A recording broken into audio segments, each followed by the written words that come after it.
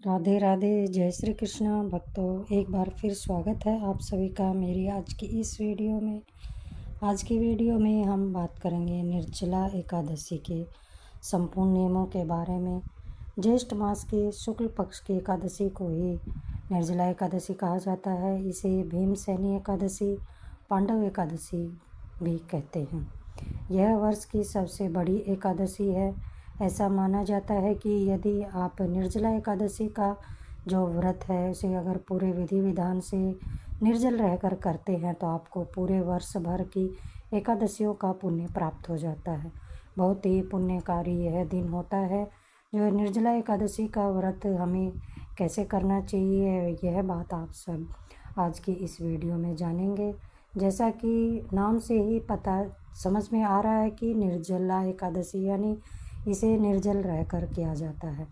यदि आप का स्वास्थ्य सही है तो आप इसे निर्जल रहकर करें, और यदि आप किसी कारण से निर्जल नहीं रह पाते हैं, हेल्थ कोई प्रॉब्लम है या फिर आप में सामर्थ्य नहीं है निर्जल रहने का, तो आप साधारण तरीके से भी इस एकादशी को कर सकते हैं। यह एकादशी बहुत अधिक पुण्यकारी है, इसलिए आपको इस एकादशी का यदि आप निर्जल रहकर व्रत करते हैं तो पूरे साल भर की 24 या फिर अधिक मास की 26 एकादशियों के बराबर पुण्य प्राप्त हो जाता है। लेकिन अगर हम इसे निर्जल नहीं कर सकते तो इसे फलाहारी फल आदि या करके इसको भी हम कर सकते हैं। इसके व्रत को साधारण तरीके से हमें कर लेना चाहिए। यदि हम निर्जल रहकर नहीं कर पाते हैं तो तब भी हमें उसका पुण्य प्राप्त होगा यदि हम फलाहार लेकर भी इसका उपवास करते हैं। यह हमें अपने पुण्यों को बढ़ाने के लिए जो भी हमें मौका मिले उसका हमें ज़रूर अपना उपयोग करना चाहिए और अपने पुण्यों को बढ़ाना चाहिए, अपने जीवन को सफल बनाना चाहिए। अब बात आती है कि यदि हम इसे निर्जला रहकर करते हैं तो किस प्रकार से करें। तो आप इसको यदि निर्जला रहकर करते हैं तो एकादशी तिथि का व्रत है यह मतलब 10वीं तिथि से ही प्रारंभ हो जाता है। 10वीं तिथि को ही आप इसे एक समय दोपहर तक आप भोजन करें, उसके बाद आप अन्न न लें, क्योंकि 10वीं तिथि से ही एकादशी का प्रारंभ हो जाता है। तो इसलिए हमें 10वीं तिथि का भी पूरा नियम पालन करना है। 10वीं तिथि को शाम से पहले ही हमें भोजन कर लेना है। शाम के बाद हमें अन्न ग्रहण नहीं करना है। इसके बाद हमें अगले दिन कुछ सावधानियां हैं जो रखनी है, जिससे कि हम इस व्रत को निर्जल रहकर कर सकते हैं। इसके लिए हमें सबसे पहले 10वीं तिथि से ही कुछ ऐसा तला भुना भोजन आदि ग्रहण नहीं करना है। सिंपल तरीके का खाना खाना है। कुछ मीठा ले सकते हैं, जैसे कि आप जवे खा सकते हैं, सेवइयाँ खा सकते हैं, कुछ भी मीठा ऐसा खाएं जिससे कि अगले दिन आपको प्यास ना लगे। सिंपल खाना लें। अगर हम बेसन से बनी हुई कुछ तली भुनी चीज़ें लेते हैं तो अगले दिन हमें और अधिक प्यास लगती है। इसलिए शाम के समय से ही आप तरल पदार्थ लें। जितना हो सके हम पानी का सेवन करें। रसीले फल, जूस, दूध इस तरह की चीज़ों का हम सेवन करें। इससे होगा क्या कि हमें एकादशी के दिन प्यास कम लगेगी और हमें निर्जल रहकर उपवास करने में पूरी मदद मिलेगी। तो निर्जला एकादशी वाले दिन हमें क्या करना है, सुबह जल्दी उठना है, यानी सूर्योदय से पहले उठ जाएं।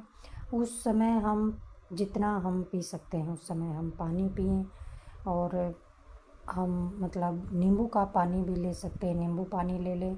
और उस दिन हमें एकादशी वाले दिन ब्रश नहीं करनी है, इसलिए रात के समय ही हम ब्रश करके सोएं और एकादशी के दिन हम सिर्फ कुल्ला करें, क्योंकि सभी जितने भी टूथपेस्ट हैं उन सब में नमक रहता है। इसलिए हमें एकादशी के दिन ब्रश नहीं करना चाहिए।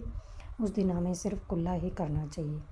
सुबह उठने के बाद हमें खूब पानी पीना है, क्योंकि हमें निर्जल उपवास करना है। तो सूर्योदय से पहले ही हमें यह सब करना है, क्योंकि हमारा व्रत है वह सूर्योदय से प्रारंभ होता है।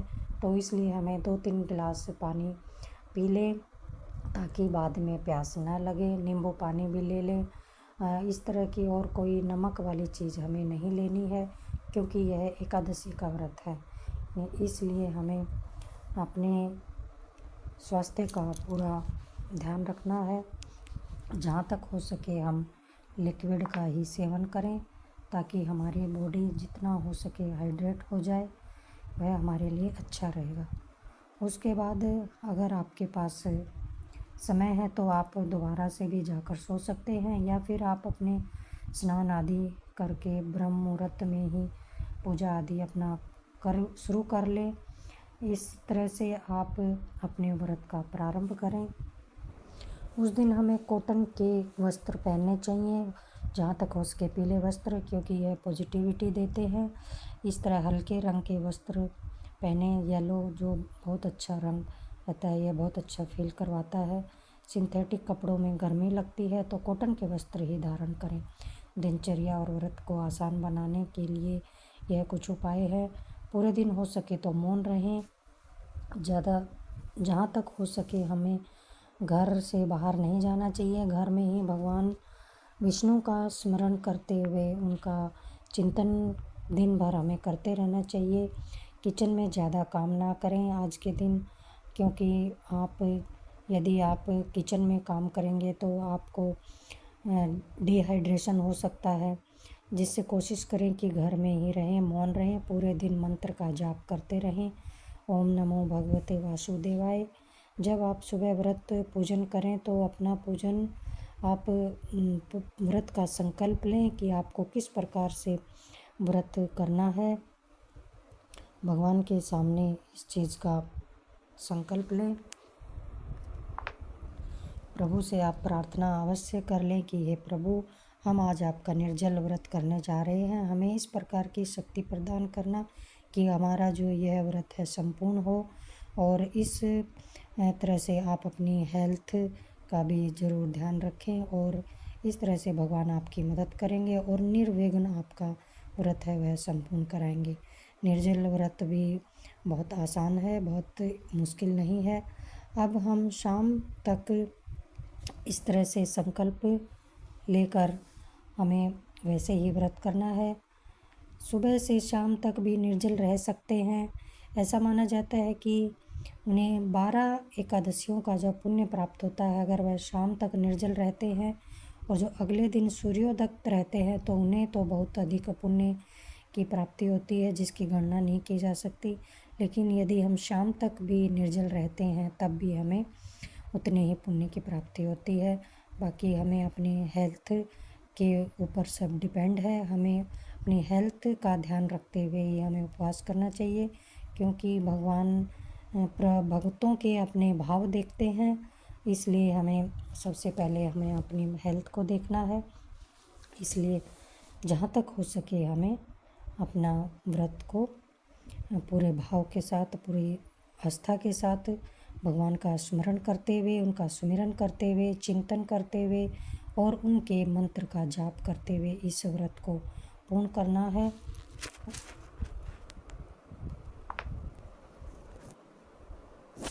उस दिन हमें जल का दान भी करना चाहिए। जहाँ तक हो सके हमें जल का दान करना चाहिए। उस दिन जल से भरे हुए घड़े का भी दान करना चाहिए। अगले दिन हमें एकादशी के व्रत का द्वादशी के दिन पारण भी करना चाहिए शुभ समय देखकर। और हमें एकादशी के दिन अधिक से अधिक दान करना चाहिए। शरबत दान कर सकते हैं, जो भी आप अपना सामर्थ्य है उसके अनुसार हमें दान करना चाहिए। जब आप अपना जो दान पुण्य अपने निकाला है वह सीधा निकालें। जो भी दान करें आप वह मंदिर में दे दें, या फिर किसी ब्राह्मण के घर या आसपास में जहाँ आप कोई ब्राह्मण कोई रहता हो उसके घर ये सीधा आप भिजवा सकते हैं। इस तरह से आप इस व्रत का अगले दिन पारण करके ब्राह्मण को, यदि आप एक ब्राह्मण जिमा सकते हैं तो उसे घर पर जिमा कर दक्षिणा देकर अपने व्रत को पूर्ण करें, या फिर सीधा निकाल कर भी ब्राह्मण को दे सकते हैं। इस प्रकार से आप अपने व्रत को ईजिली पूरा करें। जय श्री कृष्णा। राधे राधे।